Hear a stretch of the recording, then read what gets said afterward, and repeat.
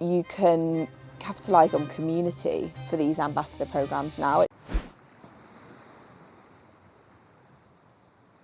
Thank you very much for joining me, both of you. We've got exciting guests today. The topic will be the rise of influencer ambassador, how Coolr is winning in longevity plays. Please, if you could introduce yourself, your roles, and a fun fact if you have.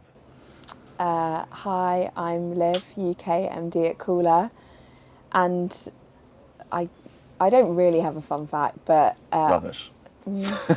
I used to swim at a county level. So, That is and a then very cool then I fact. wasn't good enough to be carried on, so I got taken out. Yeah. Hi, I'm Karen Forbes, Chief Growth Officer at Coolr. My fun fact is Speed, you know, Keanu Reeves, was my favourite movie. And so I have the number of the Speed bus tattooed on my back. What is that number? 2525. Okay. Yeah. That's more fun than mine. Love it. Thank you very much. I feel like I need to give a fun fact now. Yeah, you do. I'll match yours in this. I used to be a competitive snowboarder growing up. That's pretty cool. That is good. Did that till I was about 19, and then it got very scary. People I was competing with were doing quadruple flips, and someone had a concussion, and a really bad one was in coma. It was gone for about 6 months. Wow. I went, yeah, I'm not sure about this anymore. Was that before people wore helmets to do snowboarding? He wore a helmet. Oh, okay. Yeah, it would have been, yeah, you wouldn't be with us. All right, well, today we've got 4 parts. We've got from campaigns to programs, why longevity wins, building community, ambassador partnerships and creative freedom. Then we're going to the freedom to experiment at scale. At the end, we'll have a couple of fun this or that questions as well. Great. Olivia, you are the UK MD, as you pointed out. Something that's very cool is you joined when you were only 10 people, and you've risen through the ranks from an account manager all through the different roles of client service. And Karen, yourself, you're Chief Growth Officer, looking at everything from marketing, brand, bringing in opportunities and scaling Coolr even further. I've got 20 years of experience in the space, from everything from ad sales to working at CNN. Although indie agencies is like the sweet spot that you said, you've worked in PR and everything in between. Really excited to have both of you on. Thanks for having us. Bit of context before we jump into the first part. Within all of this, Coolr has grown, and you've experienced this. It's an award-winning social media and influencer marketing agency with over 150 people now across the UK and the US. Your focus, and you're known for this, as being the agency of record. You've fueled growth, something that we'll touch on today. And Coolr is known for delivering consistent year-on-year growth through social-first strategies and retain some of the most visible brands in the world. You've got Lidl, Samsung, Deliveroo, Burger King, and plenty more, which I hope we can give some time to today too. But right now, and a big focus that you guys have and that we'll talk about today is the focus on creator ambassador programs, like the stuff that you've done with Samsung's Team Galaxy and Deliveroo's TopJaw. Long-term partnerships where creators aren't just promoting a product, but they're very much part of that brand story. I understand what's driving the shift from one-off activations to long-term plays. What makes it more than just a social trend? Who's getting it right, and what are the outcomes, both creatively and commercially, when you deeply embed creators into the brand over a long time? So my interesting take on this is actually I don't think the way that brands work with creators as if they're ambassadors is a new thing. I think it's something that we've probably seen definitely in the last 5 years a rise of. We've seen brands like Gymshark have a collection of creators and influencers that they work with to promote their brand. They're exclusively with Gymshark. They can only wear their brand, and they're signed on to 12-month contracts. And we've seen that be, I would say, like a key driver in the success of Gymshark as a brand. So for me, it's not necessarily a new thing of bringing influencers in as more ambassadors. I think it helps to build authenticity. It means that when you see a post from an influencer and then you see the same brand, then repeat that same brand a month later, and then again a month later, it actually starts becoming, you feel it as a true partnership. That's how we see it through the consumer's eyes. what we're seeing a shift in now is actually the type of influencers that are becoming part of these ambassador programs. I think if you look back to 5 years ago and actually that Gymshark play, a lot of them were quite big hero talent level. And what we've seen is actually you can capitalise on community for these ambassador programs now. It doesn't have to be, 100k plus followers, 1 million plus followers. Actually, where a lot of the rich, where a lot of the interesting people that live in communities that have a great voice in these communities, are are much smaller creators. Yeah. So an example of that for a lot of the work that we've done at Coolr, one of them is Team Galaxy, which is Samsung's ambassador program. So we've been working with Samsung for 3 years now. They have an ambassador program, which means they have influencers and creators on a roster that they contract for a 12-month period. They have a set number of deliverables within that time, and they are exclusive to Samsung across all of their products. We focus on niche communities within that. So we have a fabulous creator within the photography space called Keen and Lamb. His following, I think, is probably about 150k, but he is so focused and in with the photography community that people go to him as an expert, and him being an ambassador for Samsung means that they have credibility to talk within the photography space, and he's been an ambassador for them, I think, for nearly 4 years. So it's not just for me about picking people that you can then sign on for a 12-month contract. It's about finding a way that brands can then authentically talk in different communities and spaces. Yeah, I think the casting thing is so important, and a lot of the briefs that we see in from our existing clients and new clients are all around those interest-based areas, and as opposed to just like a bit of a spray and pray tactic, we're digging into those audiences right at the inception of that conversation, where we're like, do you know you're over-indexing in basketball? Or it might be something quite left field that isn't necessarily that associated with the brand, but then the job is of like, then do you qualify that it's a space to play? Can you play authentically? Like Samsung playing in skate, that works so perfectly for them in terms of the sort of functionality of their mobile devices and then where their community is. And that authenticity means that they can like meaningfully communicate in that space. Yeah. And I think it's something that we'll come on to, but for me, having partnerships and ambassadorships with influencers doesn't just live on social anymore. Like, it has to be outside of social. So if you are part of community conversations, let's say, as an example, that's running. So a brand might feel like they have a natural synergy with something like running. You can't just then work with a running influencer and expect to be part of that community. So for Samsung, again, they have different products that are like would have a natural synergy with running. So they have the watch, they have the buds. So we last year worked with a running influencer. We put on a running event where we invited different people from the running community, and it became more than just a few social posts. It was actually something for the community that they could get involved in to show, actually, this brand understands what I care about and is doing something for me. And I think we've seen the rise of brands doing that definitely in the last 12 months, I'd say. Social first, experiential. Exactly. Yeah. How does this show up commercially? Like a return on the brand investment. Yeah. How do they define success in this role? Yeah. How does that show up? So I think on the timeline, I think like brand building, it's not always something that like you should expect the metrics overnight. I think the long-term value that you get from an ambassador program or working with creators can build over time, and you'll see that incrementally grow. I think the demand for an agency like Coolr to develop data and measurement systems is growing, which is great, right? Because we've seen TV ad spend digital ad spend surpass TV for the first time.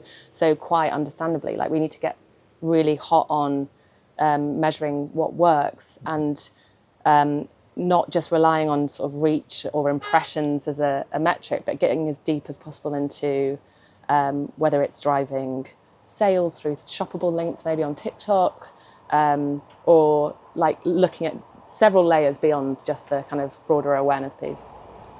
I think it's around trust as well. Like, I think more, we know that, I think it's something like 79% of consumers are more likely to trust an ad that comes from an influencer versus directly from a brand. So they almost hold that credibility with the audience to drive sales. And ultimately, a lot of our clients come to us, well, you know, we try to always steer away from promising direct sales. It's more about brand building, brand recognition. I think influencers are a perfect way to actually align your consumers directly with the brand, because people look at the influencers and they're aspirational, or they do other things in their lifestyle that really resonate with them and are similar to how they live, which is quite difficult to do with a brand, directly with a brand. And you spoke of that sort of incrementality piece. Well, we'll touch on trust in multiple lenses, not just trust with the creator, but also trust with the agency that also builds over the long term. But that incrementality piece is interesting, because you spoke of a brand that you've worked with for 3 years there. Do you, and a big part of what you guys do is year-on-year growth as well.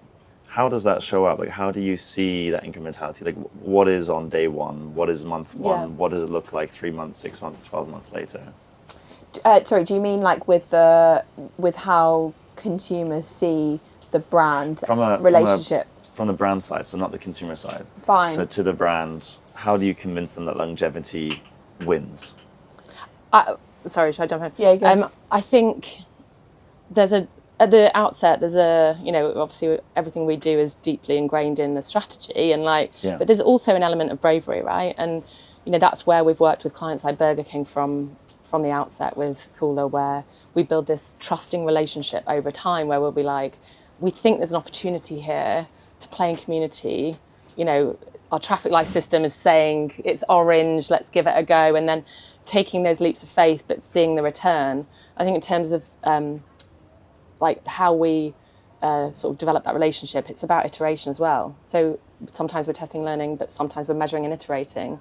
And if something's not right, we always seek to optimize, right? So if it could be the right influencer or set of influencers, we can adapt and change based on the performance of how they're operating for the brand. Yeah, I actually think, though, the best tactic of getting a client on board with this and making them feel comfortable with it is insight and how it's performed really well in the past. We have an ongoing program with Deliveroo, which is their hyperlocal program, where Deliveroo will pop up and open in different towns and cities across the UK, and we will work with local creators to help to create a piece of content which is with a local supplier.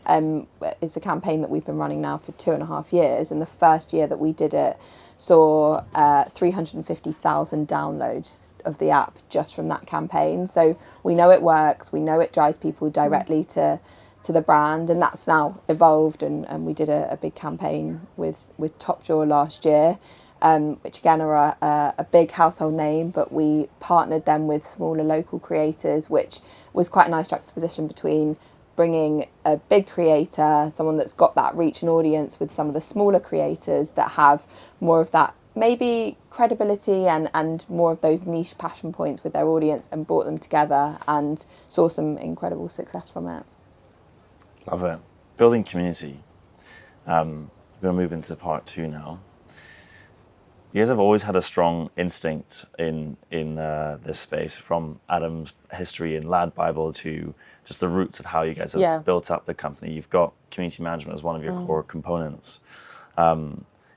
That Burger King social first voice that you guys had, I'd love to give some space to that. What did community management look like when Coolr first launched? How does it look today, and has the definition of community changed in that time?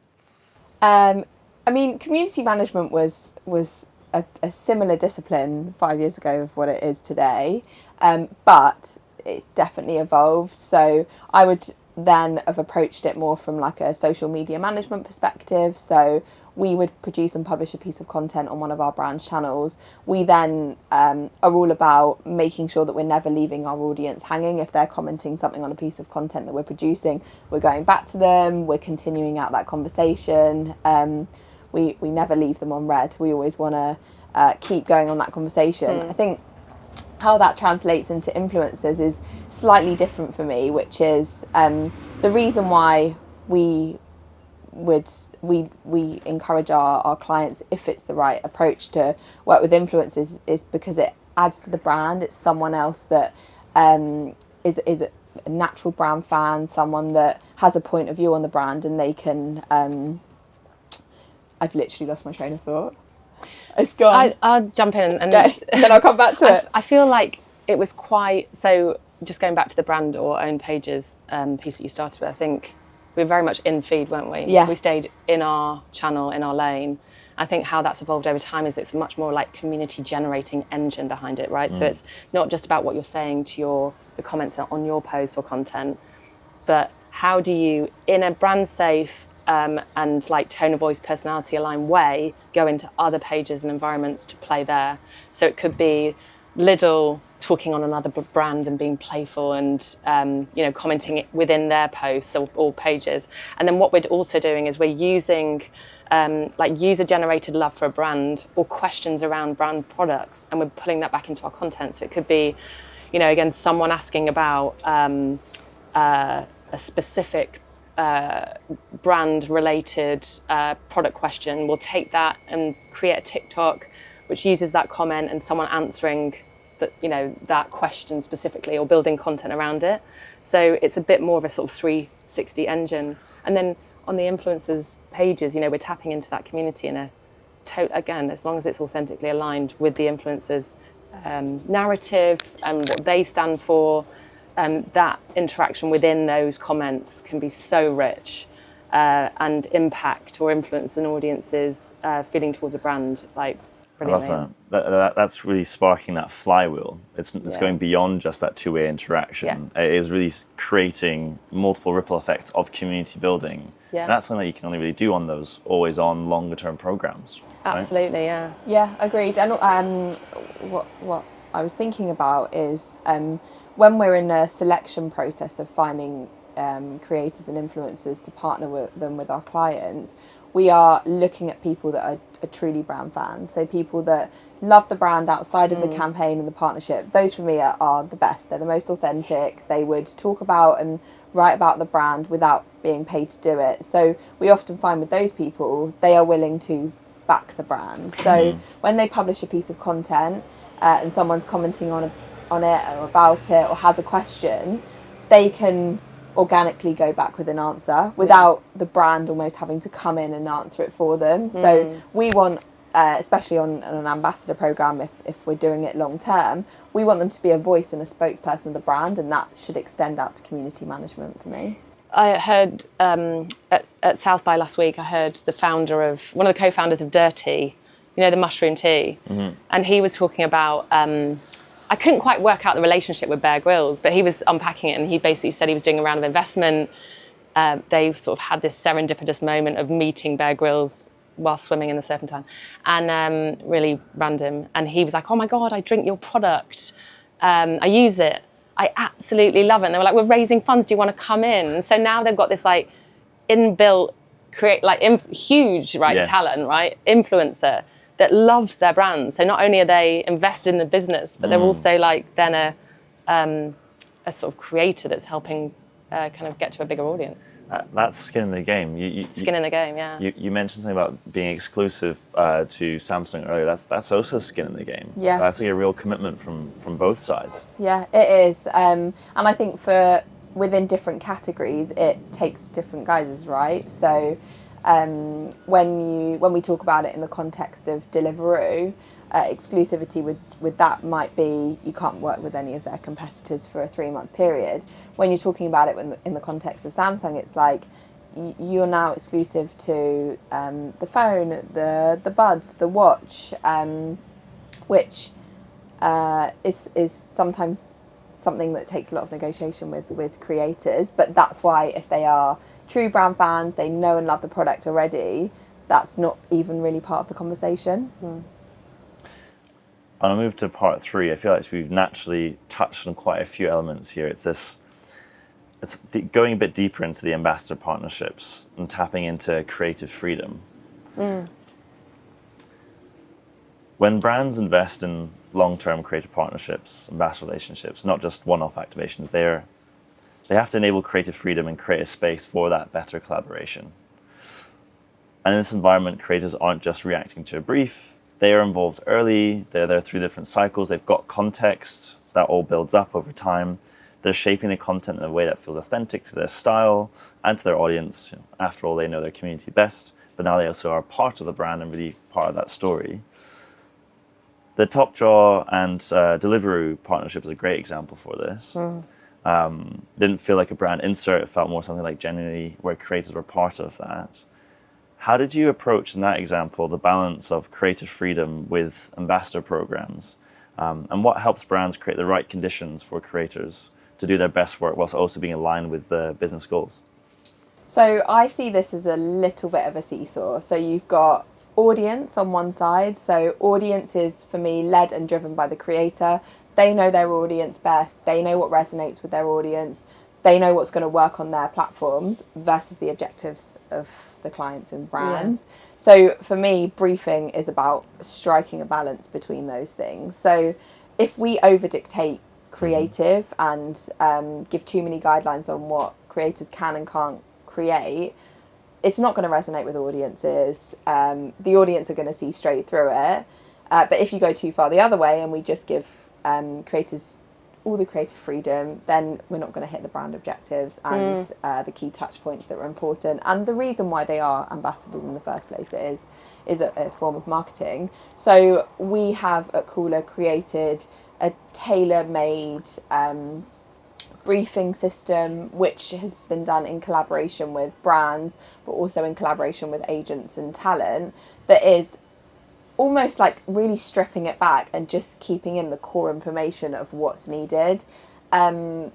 We always have an open two-way dialogue. Often content, of course, is created in shorter time frames, and it means that we have to expedite the way that that's done. But it's really a really collaborative process. We're constantly optimizing it. I think one of the amazing things that we've had just as our in-house influencer team has grown is that we have fantastic relationships with the influencers, with creators, and with agents that mean that, especially in these ambassador programs, we can test them out and we can say, is there something in the brief that's not working for you? Is there something that we could make better? And we're consistently doing that. And I think we've hit a real sweet spot of getting the best out of creators while still getting what we need to from a brand perspective. Yeah, I think the only thing I'd add is if you've got it, those long-term programs allow for a much better understanding on both sides. You know, the brand of the influencer, their content and their audience, and vice versa, understanding what the brand needs from the content, the objectives or the product. And I think over time, you know, we seek to try and make sure that those communication channels are open, because ultimately that only makes for a better output at the other end, as opposed to if it was just a one-off activation where, you know, it's a brief or you've not hit the brief or it's a bit disconnected, and you can see it in your feed straight away if the brief isn't being followed or they're just trying to sell a product or brand. Getting the brief right is so important, and also not just from the deliverable but from the experience of everyone involved. I found myself yesterday walking on the strip, bumped into chief creative officer, one of the big agencies, and we introduced ourselves, and he almost just instantly didn't want to talk to me as soon as I mentioned that we do brand lift, that we're on the measurement side. He had this like against measurement, and it's not something that I'm unfamiliar with. Like it's. We very much see our role as to help prove and improve the brilliance of these people. But for a very long time, they felt like there's this thinking as well of like 10% of the creative work that you do, which is completely illogical, will probably do and deliver 80% of all the outcomes that you're looking for, right? and then they don't want to be put into a box where they're told what to do. Something that resonated really well with him in the conversation that I had was, when we get insights as to understand what worked, we're trying to help prove the brilliance of the work that you did by testing hypotheses that you might have from your strategy. But when it comes to getting insight to improve the next campaign, what we're really doing is we're not prescribing and telling you what to do. We're looking to just improve the brief. Yeah.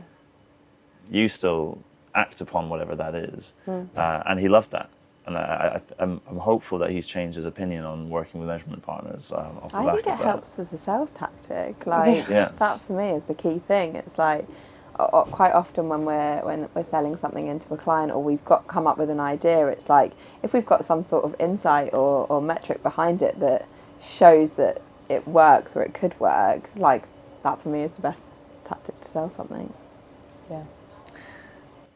When we're talking so far about these long-term partnerships and creative freedom from the creator lens, and you used the word trust earlier, that also happens in a benefit in a long-term relationship between agencies like Coolr when working with different brands. Moving into the freedom to experiment at scale. Long-term partnerships don't just benefit creators, they also benefit the agency too. And the brand ultimately, right?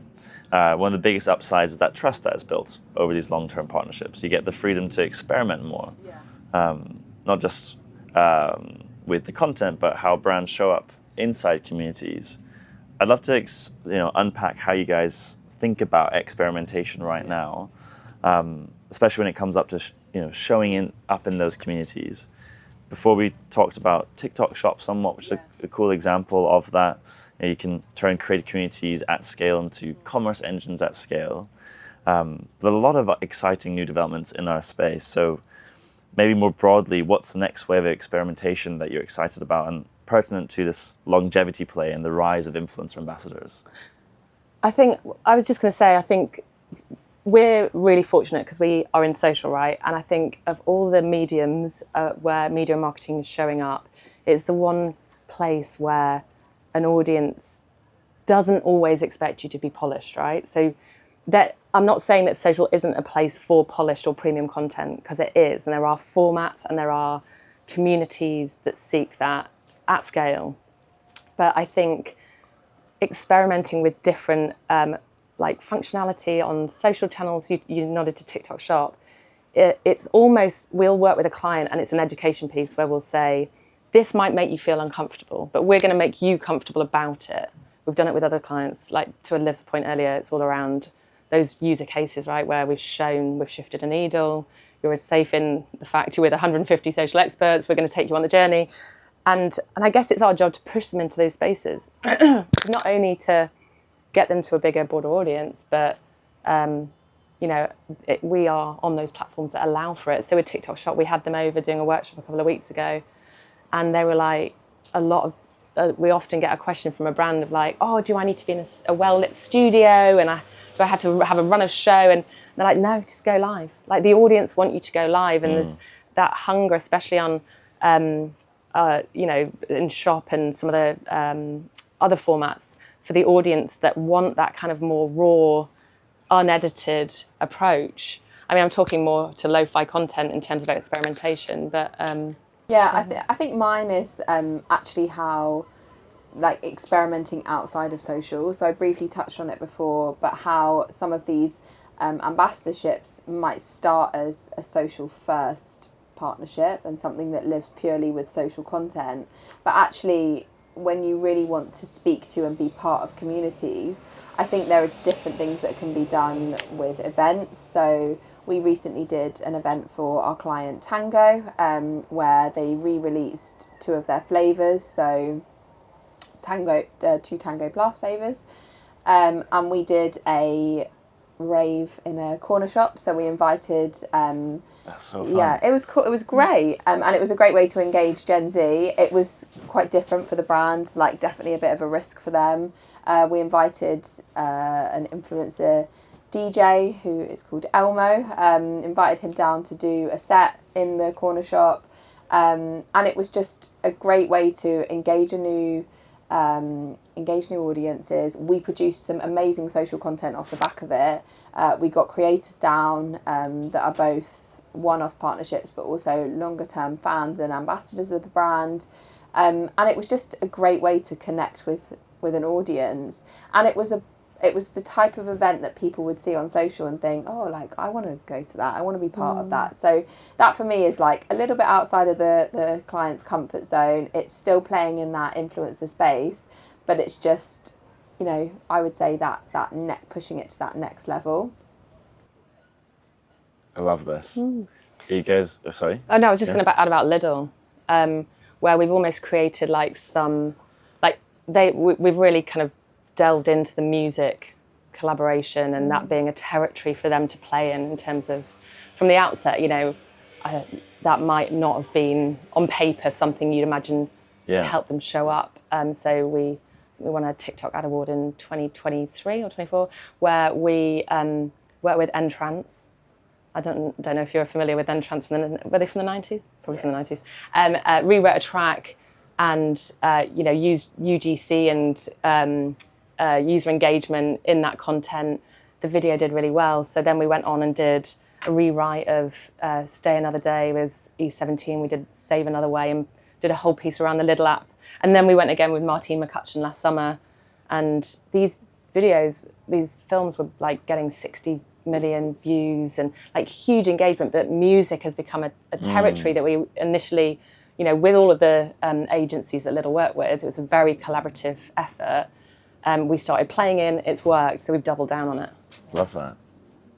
I think in the industry that we work in, so in the social industry, there's two different types of trends, right? There's trends that are we call them reactive trends, so ones that you could see other brands jumping on, you might see consumers jumping on, they might have come out of somewhere else, they might have come out of the consumer, out of the brand, and then you get brands that are creating their own trends, so they're building their own trends for other people to be part in. And I think for me, when it comes to social and influencer content, we want to be creating these own organic trends that we can then, I think they really help with that brand building piece of giving our brands a purpose and a place to show up on social.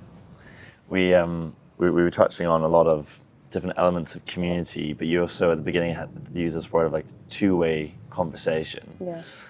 You've got that on social, which you guys have used from this community management from very early on. And you spoke about going to other pages and multiple pages and that flywheel creating. But you now touched on being in real life as well, that can be a two-way conversation in real life in different elements. And so I love that there's this theme of engagement. I mean, that's what builds trust. That's what builds relevance. That's what builds community, which ultimately gives that longevity win. You guys have a great example of that with Burger King that I would love to give the floor to. Well, the tweet. Yes. Oh, can we do it? You do it, yeah. So it was sorry, you want me to do that about the Kanye tweet? Please, yes. Yeah. How did that come about? So I think social was a very different place in 2018. We have, there was not really any, I don't think there was TikTok then. The platforms that our clients were on were Twitter, Instagram and Facebook. And we have something that we still do at Coolr, which is daily sweeping. So we go onto the different platforms, we look at what's trending, we look at what's happening, both on a reactive basis of things that we maybe couldn't plan for, but also proactive and things and news moments that were going up, like Cannes, like Glastonbury, and moments that our clients can credibly show up in and be part of. And back in 2018, we were working with our client Burger King. We were doing our daily sweeps on social, which, by the way, can be done in two ways. So one of them is natively on platforms, so someone actually just going on and searching key terms, which I believe is the most effective, but also through different tools and platforms where you can see, like, use social listening to see what's coming up. And we spotted that at the time, Kanye West was and has since then been spouting some quite strange things on social, on on his Twitter account, as it was known as back then, and he tweeted saying, "McDonald's is my favourite restaurant." And at that point, we had a key pillar within our Burger King strategy, which was go at McDonald's, attack and antagonise McDonald's. So we saw that as a real opportunity. We jumped on it. We used and still do use WhatsApp with our client as the key driver for sign off. And we said, we've seen this, we've spotted it, we should jump on it. And the line that our creative at the time came up with was "explains a lot." The client, I think within about an hour, signed it off, which we often get asked, what's the key success when it comes to like good reactive and community management? And for me, it's like having that trust with your client, them knowing that if we're recommending something, we've done our due diligence, it's the right thing to do, and just going with it within an hour. So we published it, and it became the most liked organic tweet of all time from a brand, with over 1 million organic likes. And that tweet really put Coolr on the map. It was one of the first big activations that we'd ever done. We won a Cannes Lion. We won a Cannes Lion for it, which was amazing. And it just showed the power of community and the power of a brand having a tone of voice that they have built over time. Because I don't think you can just have that. You couldn't just put something like that if you're not known for it, if you haven't built that tone of voice. So we've done a big job in a year and a half before that, building out the brand tone of voice, peppering some of that type of language and conversation around McDonald's, even if we weren't outrightly saying the brand, out there and onto our social feeds. And yeah, the audiences loved it. And it, for us, was not just about, I think I could refer to this a lot, but yes, it lived in social and it did really well in social. But the amazing thing about that tweet was it became popular culture. So it was something that we saw, I think it was on Nevermind the Buzzcocks, it was on a couple of different news platforms. I think it was on like the key news platform in Australia. So it became global talking point. Burger King UK goes in on Kanye West. So yeah, that was a great Coolr moment and one for me. So he commented saying, he said, McDonald's is my favourite restaurant. Yeah. And you commented saying "explains a lot." Yeah. And that got 1,000 likes. A million likes. Yeah. Yeah. That's hilarious. Yeah. That is so funny. Yeah. I mean, social was a very different space then when... And that comment won the Cannes Lion. Yeah. How cool is that? In our early days. Yeah. And I actually think at that point in 2018 there was only one social category. You guys ready for a fire? Let's do it. How are we going to do Quickfire. this? You pick one. I will ask a question. Give you two options. But are we doing it just together? We can do one. We can do even and odds. Or you can just jump at it. You can. Jump at it. All right, fine. Yeah. Yeah. Feel free to give one-word answers, sentence answers, paragraph answers. Feel free to say it's not either or, it's both. You ready? Yeah. Conversion or community? Community. Community first, but conversion's important. She's in a growth role. Great, right? Community strategy or media plan? Community strategy. 100%. I mean, from our area of the business anyway. Yeah. Yeah. Campaign or program? For me, the campaign can't work if the program's not right.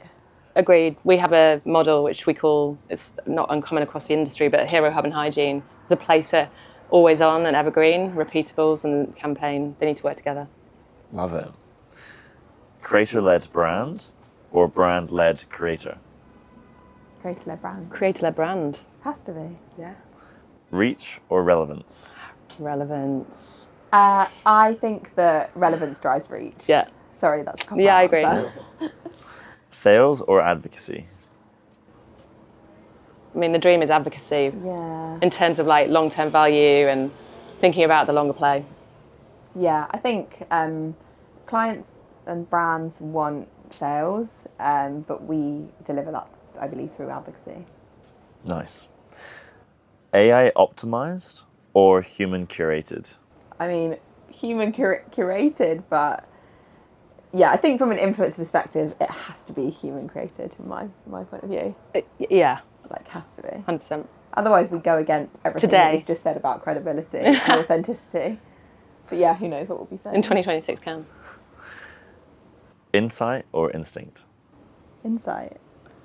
I go insight, but I also love the idea that you have a partnership where there's room for a bit of instinct of like, maybe the Kanye example, there was the framework behind it that allowed for it to make sense, but it was the instinct, it was like, let's do it. Yeah, and I actually think that a lot of the best creative ideas are born off of instinct. But Yeah.